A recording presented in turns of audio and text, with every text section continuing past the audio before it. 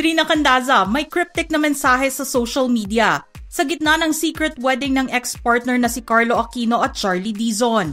Mga netizens nagbuhos ng kani-kanilang simpatya kay Trina. Ito ang buong storya. Trending ngayon sa social media ang ex-partner ni Carlo Aquino na si Trina Candaza matapos siya mag-post ng isang cryptic message sa kanyang social media account.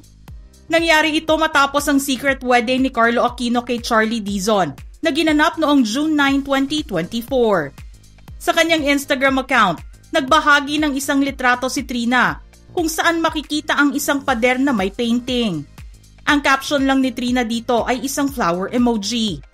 Nagtaka at nabahala ang mga netizens sa cryptic at kakaibang post na ito ni Trina dahil nangyari nga ito matapos ang wedding ng kanyang ex na si Carlo Aquino. Napaisip tuloy ang iba kung ito ba ay ang reaksyon ni Trina sa wedding ni Carlo Aquino at Charlie Dizon. Kaya ang mga netizens ay nagbuhos ng kani-kanilang mensahe para suportahan si Trina. May ilan pa nga na nagsabi na napaisip sila kaagad kay Trina at ang anak nila ni Carlo na si Mithi nang mabalitaan nila ang kasalan ni Carlo at Charlie. May ilan ang nagpakita ng sympathy kay Trina at malalampasan din niya ito dahil strong ang personality niya. May ilan na nagsabi na mapapagaya din si Trina sa kalagayan at kasiyahan ngayon ni LJ Reyes na nakatagpo ng mas maayos na lalaki matapos ang mapait na breakup nila. May isang netizen ang nag-explain pa ng post ni Trina na isa itong lotus na nagsisimbolize ng purity, rebirth at strength. Ang lotus daw ay namumunga sa maputik at wala itong bahid ng dumi. Yun daw ang katangian at pinagdadaanan ni Trina ngayon. Naghiwalay sina Trina Candaza at Carlo Aquino noong December 2021 at ipinagtapat ito ni Trina noong Enero 2023 lamang.